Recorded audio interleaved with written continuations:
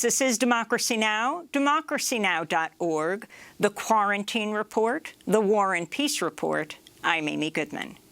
Today, a Democracy Now! Special, celebrating 25 years on the air. On February 19th, 1996, on the eve of the New Hampshire presidential primary, Democracy Now! Aired for the first time on 9 community radio stations. This is Democracy Now!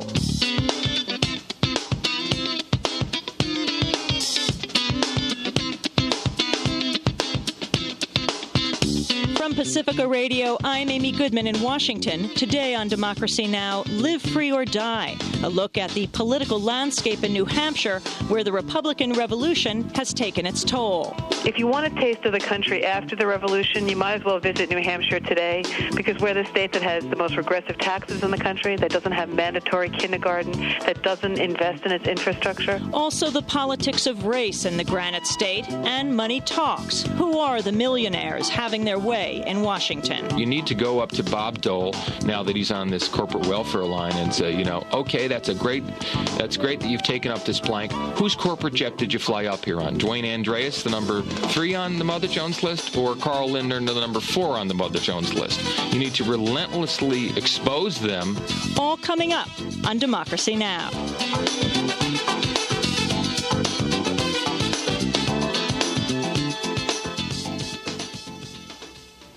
Today is President's Day, and tomorrow is the New Hampshire primary. Welcome to the maiden voyage of Democracy Now!, Pacifica's daily national election show. Greetings to our audiences in California, Texas, New York, Pennsylvania, Washington, D.C., Washington State, Kansas City, and Colorado. In this election year, we're embarking on a 9-month journey through the country and hope to pick up community radio stations in many more states as we go, as we give voice to the grassroots. And that 9-month project, well, began 25 years ago. That's right. Democracy Now! Went on the air on 9 community radio stations. It was the only daily election show in broadcasting, public broadcasting. It now airs on over 1,500 TV and radio stations around the globe. In 1998, Democracy Now! Documented Chevron's role in the killing of 2 protesters who occupied a Chevron-owned oil platform in the oil-rich Niger Delta in Nigeria. Democracy Now! Correspondent Jeremy Scahill and I traveled to the Niger Delta to investigate and produce the special documentary Drilling and Killing, Chevron and Nigeria's Oil Dictatorship. This is an excerpt. Until now, Chevron has claimed that its only action against the occupation was to call the federal authorities and tell them what was happening. But in a startling admission in a 3-hour interview with Democracy Now!, Chevron spokesperson Shola Omole acknowledged that Chevron did much more.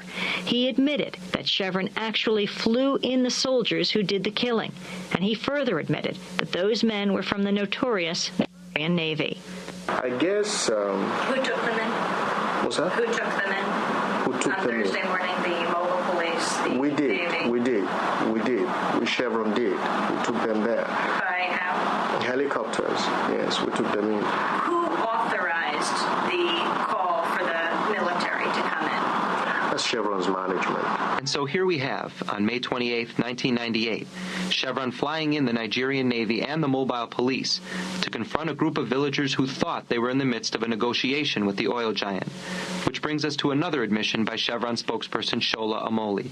Again, listen carefully. Were any of these armed? I don't know. I don't know. So I cannot say that they came armed with, there was talk about local charms and all that, but that's neither here nor there. So you don't think that they came onto the boat armed? No. The youths? Mm-hmm. It is very clear that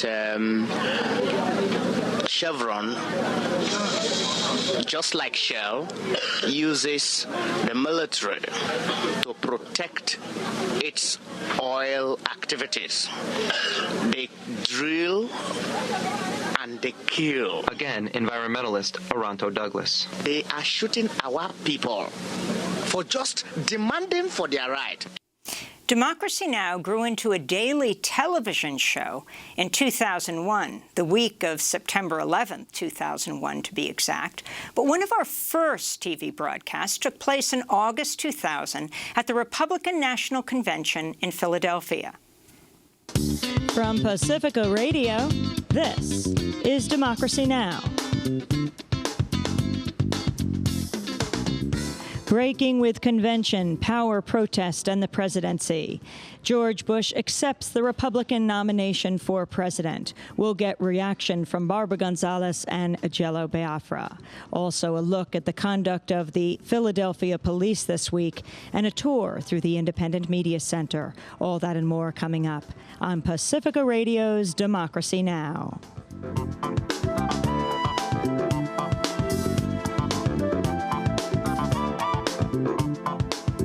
You are listening to Pacifica Radio's Democracy Now!, broadcasting on community radio stations around the country, on public access TV stations around the country, on the Internet, both live streaming and videocasting at www.democracynow.org, and an unprecedented community media collaboration. I'm Amy Goodman here with Juan Gonzalez as we continue our reaction to the nomination speech of the acceptance speech of George W. Bush for nomination by the Republican Party as their presidential candidate. Juan?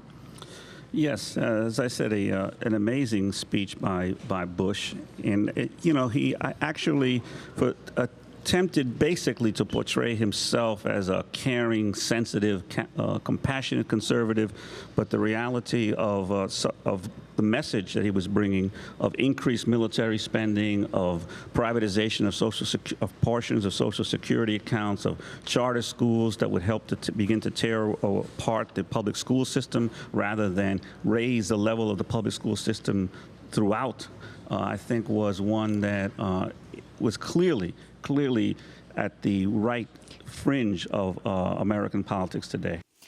On Election Day 2000, then-President Bill Clinton called Pacifica radio station WBAI in an attempt to get out the vote for Hillary for Senate and Al Gore for president. While he may have intended to spend about 2 minutes on the phone, WBAI host Gonzalo Alberto and I kept him on the line for about half an hour, asking him about topics that weren't being discussed in the presidential race. Mr. President, are you there? I am. Can you hear me? Yes, we can. Yes. You're calling radio stations to tell people to get out and vote. What do you say to people who feel that the two parties are bought by corporations and that they are, at this point, feel that their vote doesn't make a difference? There's not a shred of evidence to support that. President Clinton, UN figures show that up to 5,000 children a month die in Iraq because of the sanctions against That's not true. That's not true. And that's not what they show. The past two UN heads of the program in Iraq have quit, calling the U.S. policy, U.S. UN policy, genocidal. What is your response to that? They're wrong. They think that we should reward. Saddam Hussein says, I'm going to starve my kids unless you let me buy nuclear weapons, chemical weapons, and biological weapons. If you let me do everything I want to do so I can get in a position to kill and intimidate people again, then I'll stop starving my kids. And so we're supposed to assume responsibility for his misconduct. That's just not right. Many people say that Ralph Nader is at the high percentage point he is in the polls because you've been responsible for taking the Democratic Party to the right. What is the measure of taking the Democratic Party to the right? That we cut the welfare rolls in half, that poverty is at a 20-year low, that child poverty has been cut by a third in our administration, that the schools in this country, that the test scores among, since we've required all the schools to have basic standards, test scores among African Americans and other minorities have gone up steadily. Can I say what some people... Let me just finish. Let me just say... Now, wait a minute. You started this, and every question you've asked has been hostile and combative. So you listen to my answer. Will you do that? They've been critical. Now, you just listen to me. You ask the questions, and I'm going to answer. You have asked questions in a hostile, combative, and even disrespectful tone, and you have never been able to combat the facts I have given you. Now, you listen to this. That That was President Clinton in a surprise call to WBAI on Election Day in 2000. The White House would later call me and say they were thinking of banning me from the White House. And I said, but he called me. I didn't call him. Well, when we come back, we'll continue our look back at the past 25 years of Democracy Now! Down my sword and shield down by the riverside, down by the riverside, down by the riverside. I'm gonna lay down my sword and shield way down by the riverside. Ain't gonna study war no more. I ain't gonna study war no more. I ain't gonna study war no more. Performing down by the riverside in our old firehouse studio at DC TV in 2003. This is Democracy Now!, the Quarantine Report. I'm Amy Goodman. On the morning of September 11, 2001, Democracy Now! Was on the air when the World Trade Center was attacked down the street. Broadcasting on radio for over 6 hours, Democracy Now! Covered the attacks just blocks from Ground Zero. The latest news we have is that there have been widespread attacks that include at least 3 commercial jet crashes. We now believe perhaps 4, 3 commercial jet crashes into significant buildings. In the first attack, a plane hit the North Tower of the World Trade Center in Manhattan shortly before 9 o'clock, followed by another plane into the second tower about 20 minutes later. Both towers later collapsed. About an hour later, a plane crashed into the Pentagon, part of which later collapsed. Democracy Now! Closely followed the fallout from the 9/11 attacks both at home and abroad. In December, Masuda Sultan, an Afghan-American woman, reported on Democracy Now! From Afghanistan about a U.S. air raid that killed 19 members of her family. They described the scene where they were running with their kit in their arms, dodging bullets left and right, while they saw balls of fire falling down to the earth. There were some women and children running for their lives, being shot at by a helicopter hovering over their homes. And these people were not Taliban supporters. They weren't Al-Qaeda fighters. They were simple Afghans trying to stay safe in their own country. After Masuda Sultan came back to New York, she came on Democracy Now! Along with Rita Lazar, a New Yorker who lost her brother at the World Trade Center. I live on the 15th floor and ran to my neighbor's house, and she has a clear view of downtown Manhattan. And I looked out her window and saw the second plane hit the second building. And it dawned on me, my brother works there. I went down to the hospitals to see if his name was on a list. And then I realized he had died.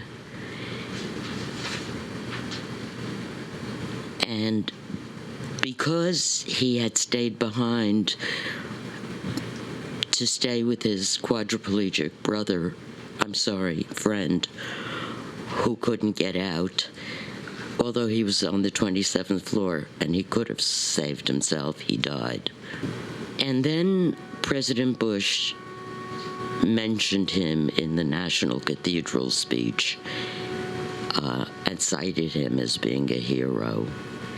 And I realized that my government was going to use my brother as justification for killing other people. And that had a tremendous impact on me. I didn't want that to happen, not in my brother's name. First of all, I want to express my condolences to Rita. I did before, but I think your brother is a hero, and you're a hero for continuing his legacy. And it's amazing to me that someone who's lost so much isn't as revenge hungry as some of the other people that seem to want to, go start bombing, whoever, wherever. That's Masuda Sultan and Rita Lassar in our Firehouse studio. Rita died in 2017. As we continue our Democracy Now! Journey through the decades, on May 20th, 2002, East Timor became one of the newest nations in the world, an independent country after decades of occupation by Indonesia. I had been reporting on East Timorese independent movement for years. On November 12th, 1991, journalist Alan Nairn and I were there when Indonesian troops armed with U.S.-made M16 rifles opened fire on thousands of unarmed East Timorese civilians gathered at the Santa Cruz Cemetery. I lost one sister and two brothers. It was 10 days before I was to give birth. The army was shooting people, and they would die at our feet, but you couldn't stop to help them. I know families that were totally wiped out. Two American newsmen badly beaten, Mr. Alan Lairn and Mr. Amy Goodman. The Indonesian army converged in two places. Hundreds and hundreds of troops coming straight at the Timorese. When they came,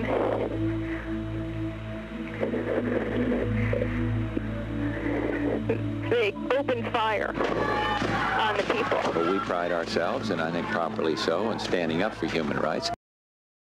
271 Timorese were killed on that day. The Indonesian military fractured Alan's skull.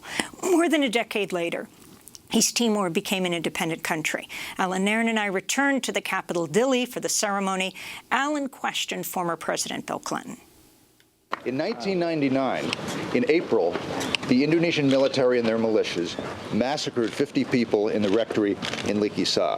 They hacked them with machetes.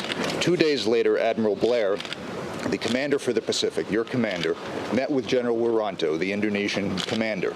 He offered to help him in lobbying the U.S. Congress to get full U.S. military training restored. He made no mention of the Likisa massacre. During that same period, the Indonesian militias rampaged here in downtown Dili. They attacked the house of Manuel Carrascalau. They massacred the refugees there. Yet you continued for months with aid to the Indonesian military. Why? Your question, sir? Why did you continue with aid to the Indonesian military if they were killing civilians? I can't answer the question you asked about Admiral Blair. You'll have to ask him that, because I'm not aware of that. He was working for you. Why did you continue military aid to Indonesia? But I understand that. I think, first of all, I don't believe America or any of the other countries was sufficiently sensitive in the beginning and for a long time, and a long time before 1999, going all the way back to the 70s, to the suffering of the people of East Timor. I don't think we can defend everything we did. That was East Timor. Almost a year later, on February 15, 2003, millions of people around the world rallied to say no to the Iraq War. Democracy Now! Broadcasts live from a massive protest here in New York. This is actor and activist Harry Belafonte. This is not the first time that we as a people have been misled by the leadership. We were misled by those who created the falseness of the Bay of Tonkin, which falsely led us into a war with Vietnam, a war that we could not and did not win. We lied to the American people about Grenada and what was going on in that tiny island. We've lied to the American people about Nicaragua, El Salvador, Cuba, and many places in the world. And we stand here today to let those people and others know that America is a vast and diverse country, and we are part of the greater truth of what makes our nation. Dr. King once said that if mankind does not put an end to war, war will put an end to mankind. In 2004, Democracy Now! Broke the news about the ouster of Haitian President Jean-Bertrand Aristide in a U.S.-backed coup. From Pacifica Radio, this is a Democracy Now! Exclusive. He was kidnapped. He said he was forced to leave Haiti. Did U.S. security forces kidnap Haitian President Aristide? We'll speak with Congressmember Maxine Waters and Aristide's close friend, Transafrica founder Randall Robinson. He said, tell the world it's a coup. It's a coup. It's a coup. Representative Waters is claiming on Pacifica stations on the West Coast that Aristide was led away in handcuffs by U.S. Marines and claiming that the Marines were part of a coup to remove him. I wonder if either one of you gentlemen would comment on her comment or claim, other than the smile. Trying to pick the right words. If you're asking me, did that happen, the answer is no. But any embellishment? I think not today. Years later, Democracy Now! Reported on President Aristide's return to Haiti from the Central African Republic to Haiti on the plane. It's been an historic 48 hours. Haitian President Jean-Bertrand Aristide has defied Washington, returning to the Caribbean. Late last night, I returned to New York after a trip that began on Saturday when I accompanied a delegation of U.S. and Jamaican officials who set off from Miami, Florida, on a mission to escort President Aristide and his wife, Mildred, back to the Caribbean. On the plane, I asked President Aristide why he believes the U.S. wants him gone. Those who want to invest in killing democracy, in bloodshed, they don't accept you as an elected president. We move forward in this Democracy Now! 25-year special. Just days after Hurricane Katrina hit in 2005, Democracy Now! Went down to New Orleans in the community of Algiers. I spoke with Malik Rahim, co-founder of the Common Ground Collective. He showed us how a corpse still remained on the street unattended 2 weeks after the storm.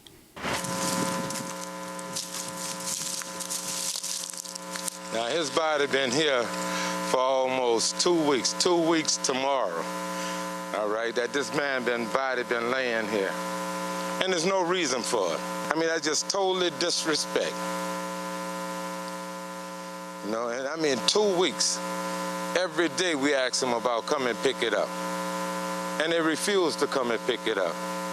And you can see it's literally decomposing right here, right out in the sun. Every day we sit up and we ask them about it. Because, I mean, this is closest you could get to tropical climate in America.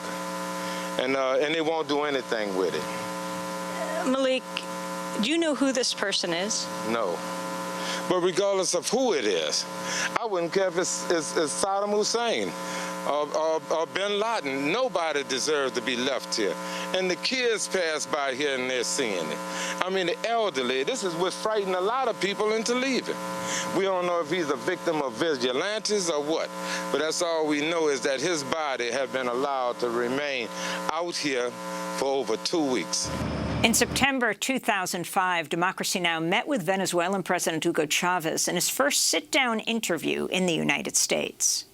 Mr. President Hugo Chavez, your assessment of President Bush, of the invasion and occupation of Iraq, and do you think if it weren't Iraq, it would have been Venezuela? Ellos quieren ese petróleo. Now, it is clear that the U.S. government wants oil. That's why they planned. Primero fueron por el de Venezuela. First, they tried to get the Venezuelan Fue el oil. golpe contra nosotros. And that was the coup they staged. Eso fue un golpe against petrolero. us. That was a oil-motivated coup. Querían tener asegurado el petróleo venezolano have the control over Venezuelan oil para luego ir por el de Irak. Before going for Iraq's oil. Fracasaron en Venezuela. They failed in Venezuela. Se lanzaron sobre Irak. So they rather went to attack Iraq. In 2007, then CNN anchor Lou Dobbs was interviewed by Juan Gonzalez and I on Democracy Now!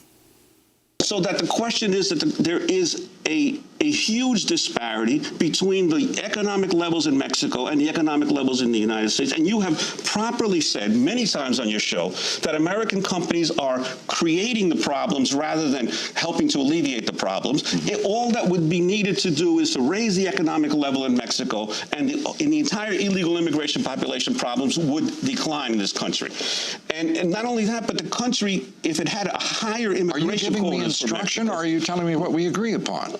No, we don't agree. We don't agree because you are demonizing illegal immigration as a separate issue. How in the world can you use my name and anti-immigrant in the same breath? when we hear comments like a third of the, from you, we've played them, so we can't refute the videotape. Look, we can't refute. A third of prisoners we discussed that? Are illegal immigrants. No, a third of prisoners are illegal immigrants. Not true.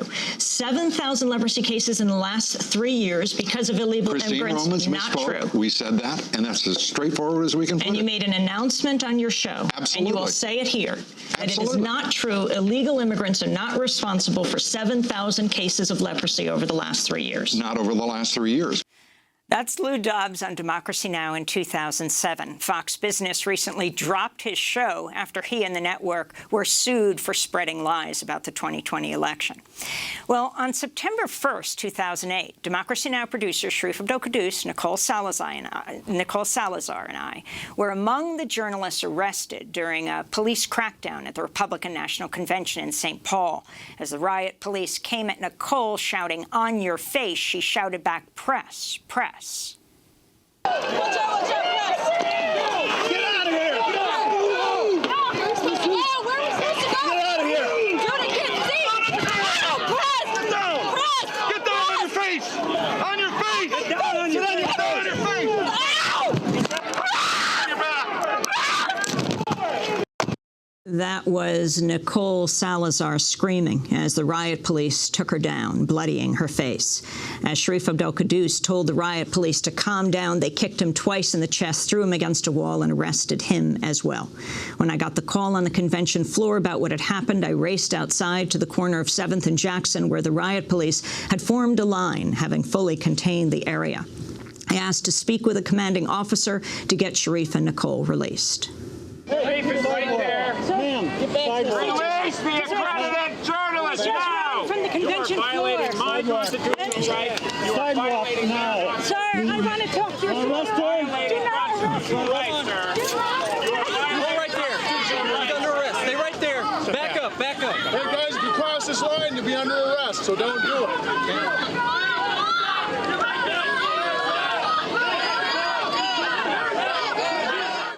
Sharif, Nicole and I would sue the St. Paul and Minneapolis police.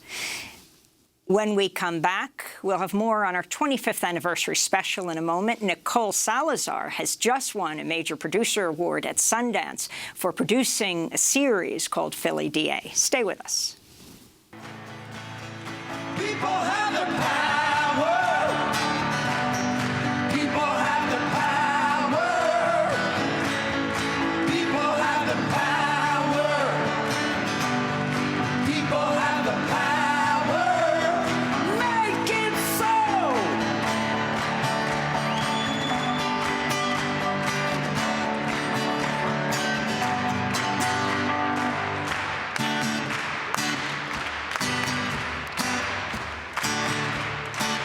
People have the power. Patti Smith performing live at Riverside Church in 2016, marking Democracy Now!'s 20th anniversary. Michael Stipe was in the audience of REM, and he jumped up on the stage and joined her. To see all of the full shows that include these excerpts, you can go to democracynow.org. Yes, this is Democracy Now!, democracynow.org. I'm Amy Goodman. As we continue to look at 25 years of Democracy Now!, we turn to the Egyptian revolution that ousted President Hosni Mubarak in 2011. Democracy Now!'s Sharif Abdel-Quddus was on the ground in Cairo. They were on the edge of Tahrir Square. There are many rocks and stones that have littered the ground here. Army tanks are stationed, but they just stood by as Mubarak's thugs came in on horseback and camel and attacked crowds. There's many wounded here in slings. They're bandaged. Here's a child. He's about 5 or 6 years old. He's being fed yogurt by his mother. He's bruised on the side of his face. I asked his mother what happened to him, and she said, he's a revolutionary. He's fighting for his future. Mubarak resigned 1 week after Sharif Abdel-Quddus's report. As we move on right now, we're moving on to talk about September 21st, 2011. Democracy Now! Broadcasting live for 6 hours from the grounds of the prison in Georgia where Troy Anthony Davis was executed. We're the only news outlet to continuously broadcast live from the prison grounds. From from Georgia's death row prison in Jackson. This is a Democracy Now! Special broadcast. We are just an hour from the scheduled execution of Troy Anthony Davis, an execution the whole world is watching. And I just would like to say that, you know, I've been battling cancer for 10 years, and I don't have cancer, but I'm reaping some of the effects of the medicine. Several months ago, I was doing fine, and after that, I couldn't get up out of the chair. But I'm here to tell you that I'm going to stand here for my brother today. Mama. Thank you. Let's go.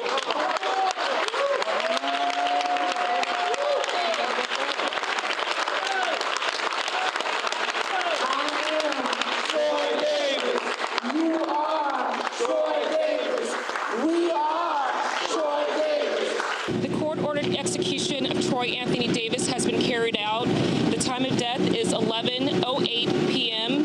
At this time, the media witnesses will be coming out to give their first-hand account of what happened during the execution. Again, prison official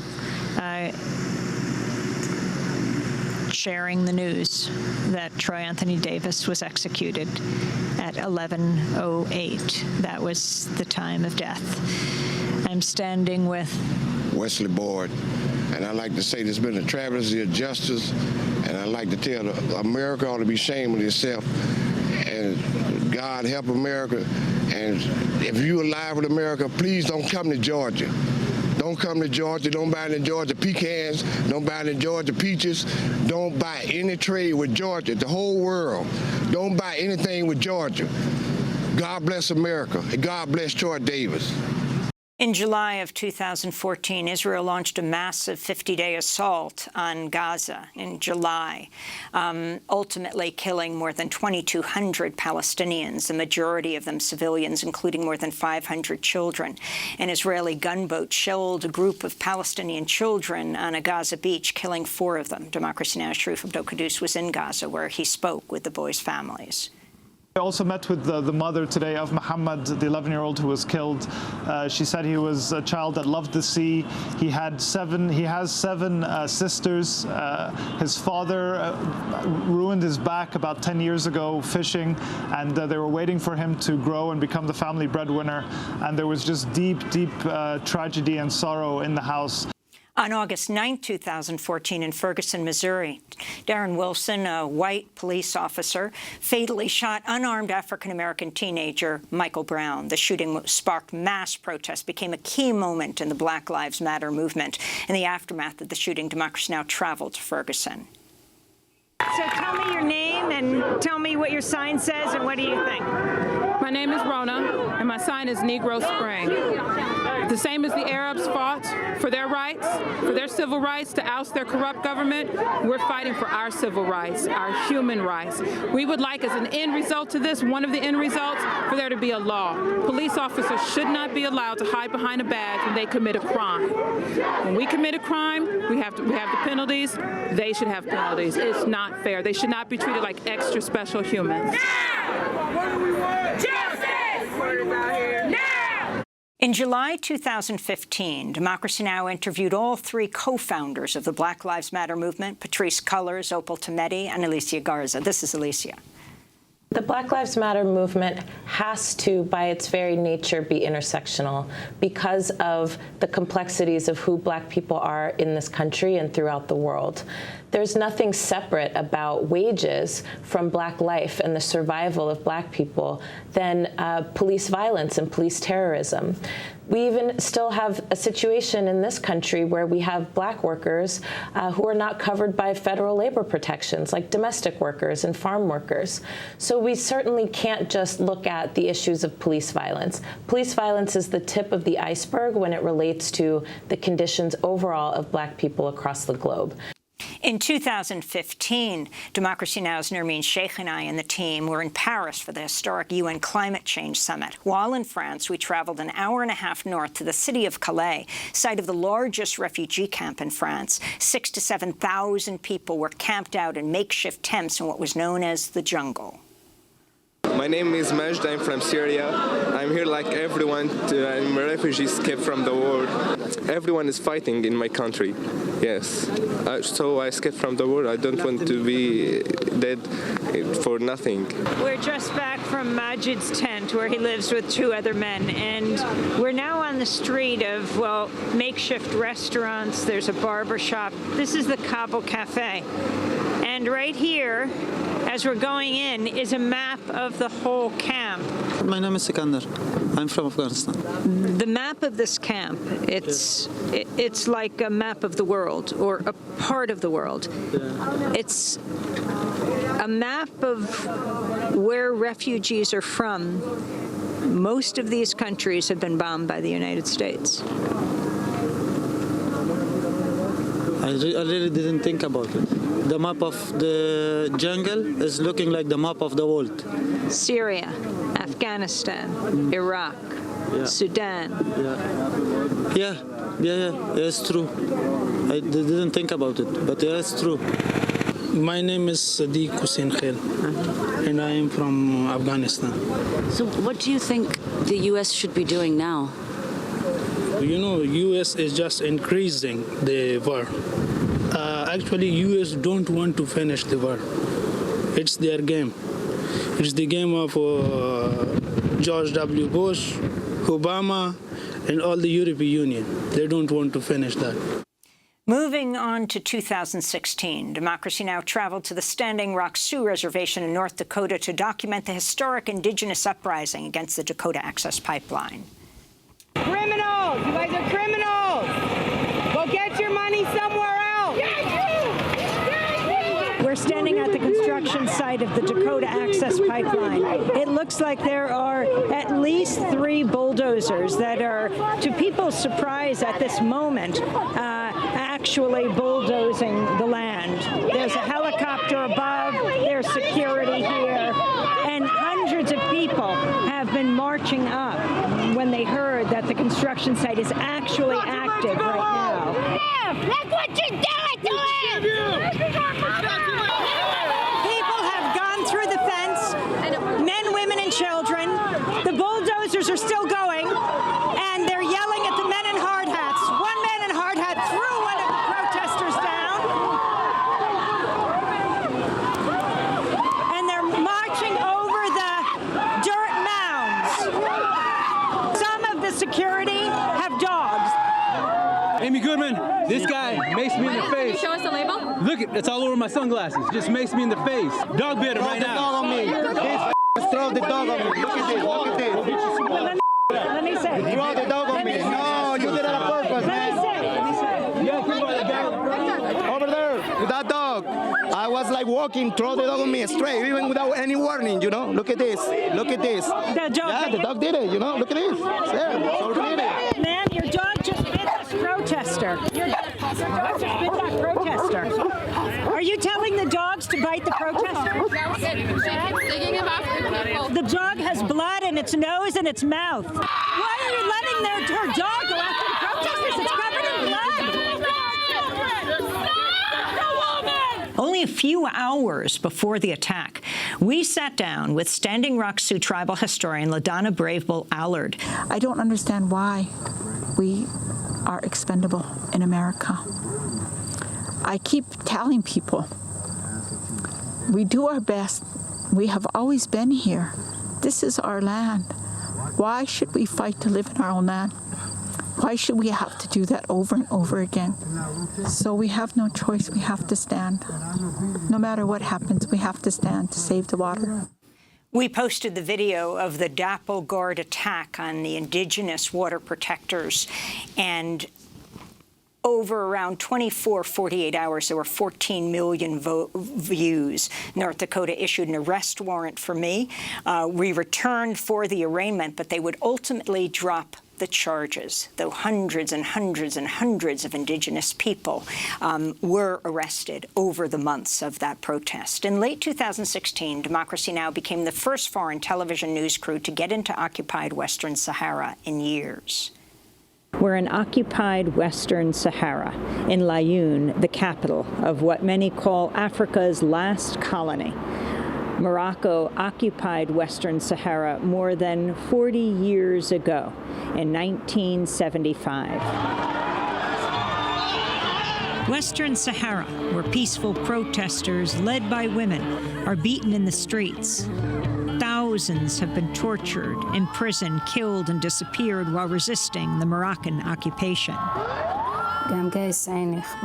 He jabbed right at my eye with his baton. I was yelling at him, "Hey, you Moroccan, you pulled out my eye." Where natural resources are plundered from phosphates to fish. I say that our damnation comes from the natural resources we have here. If it wasn't for these natural resources, Morocco would never have invaded Western Sahara. Where a massive wall divides a people, the Sahrawi, the native population, denied a vote for self-determination. If we don't speak out, especially us as victims who have suffered all of this, if we don't speak out and defend our cause, this problem will remain. In the days after Donald Trump's inauguration in 2017, Democracy Now! Closely covered the growing protest movement from the historic Women's March to protests over Trump's Muslim ban. This is Democracy Now!'s Nermeen Sheikh at JFK Airport. We're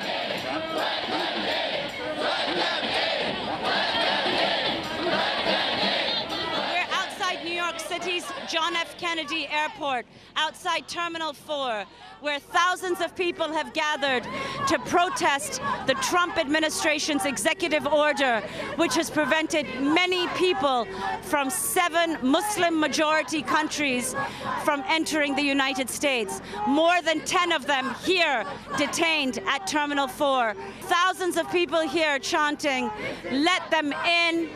This is what democracy looks like, and refugees welcome here." Let's talk to some of the people here.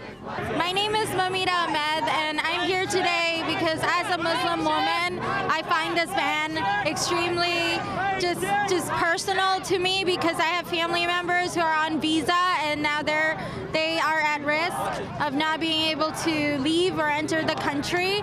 In 2018, Democracy Now! Traveled to the Delta Conservation Camp, a jail an hour north of San Francisco, to meet the prisoners who are fighting California's devastating wildfires. We begin today's show with the hidden heroes on the front lines of California's raging climate-fueled wildfires, prisoner firefighters. They make $1 an hour, but are rarely eligible to get jobs as firefighters after their release. According to some estimates, California saves up to $100 million a year by using prison labor to fight its biggest environmental problem. The Democracy Now! Team traveled to the Delta Conservation Camp, about an hour north of San Francisco, to a low-security prison where more than 100 men are imprisoned. My name is Marty Vinson. I'm 25 years old, and I came to this camp about mid-July this year. You're risking your life here. It's exactly what's going on. Everything we do, you know, no one's really promised to come back. And how much do you make? $1 an hour. When you're fighting a fire? When you're fighting a fire, $1 an hour. When you're on typical grade, you make $1.45 a day. Some have called it slave labor. What do you think of that? I don't really want to call the work slave work, but I feel like it's their whole mentality and what they're thinking about at the end of the day. No matter what, regardless if we're incarcerated or we're free, we're getting paid $1 an hour. We were surrounded by guards as he spoke. In 2018, the Democracy Now! Team reported from the U.S.-Mexico border in Texas. We're broadcasting from Brownsville, Texas, along the U.S.-Mexico border. Behind me, the border wall that stretches in sections all the way through California. This Rio Grande Valley is the epicenter of the Trump administration's zero-tolerance policy that's led to the forcible separation of more than 2,000 children from their parents. People who are at the Keep Families Together rally here in Brownsville have now walked forward to enter the federal courthouse here in Brownsville, where so many migrants have been taken, so many migrants who've been separated from their children. They're demanding to go inside. Police are here, security of the Department of Homeland Security. We'll see what happens. My name is Julie Madrigal. We're here to request access to the court hearings that are taking place. So that's the main reason to be allowed into the hearings at this moment. If they don't get it, shut it down. She don't get it, shut it down. He don't get it, shut it down. We're about to enter the federal courthouse to see the treatment of the children and the parents. To see, because Trump has said that the parents can't, they won't be separating the children, but Trump also says that they shouldn't even have court or lawyers or judges. In December 2018, Democracy Now! Traveled to Poland for the UN Climate Summit, where I spoke with then 15-year-old Swedish climate activist Greta Thunberg in her first broadcast interview in the U.S. Because what we do now, future generations can't undo in the future. We are deciding right now how we want our future to look like. And when did you decide climate change was the issue you wanted to devote your life to? I mean, I have read a lot about it, and one thing that I found very scary is tipping points. That once we reach tipping points, then there's no going back. Then we start a chain reaction beyond our control, and that is very scary. And so that I thought instead of worrying about how a future might turn out, you should try to change it while you still can. So that's what I wanted to do. And we end our 25th anniversary special with the words of Angela Davis speaking in June 2020. This is an extraordinary moment. I've never experienced anything like the conditions we are currently experiencing. The conjuncture created by the COVID-19 pandemic and the recognition of the systemic racism that has been rendered visible under these conditions because of the disproportionate deaths in Black and Latinx communities. And this is a moment I don't know whether I ever expected to experience. Those are just some of the highlights from the first 25 years of Democracy Now!, kicking off our 25th anniversary year. We will be playing excerpts and posting on social media and our website, democracynow.org, many of the programs we want to highlight. We want to thank the hundreds, if not thousands, of people who have helped us over these 25 years. What an honor it has been to work with all of you.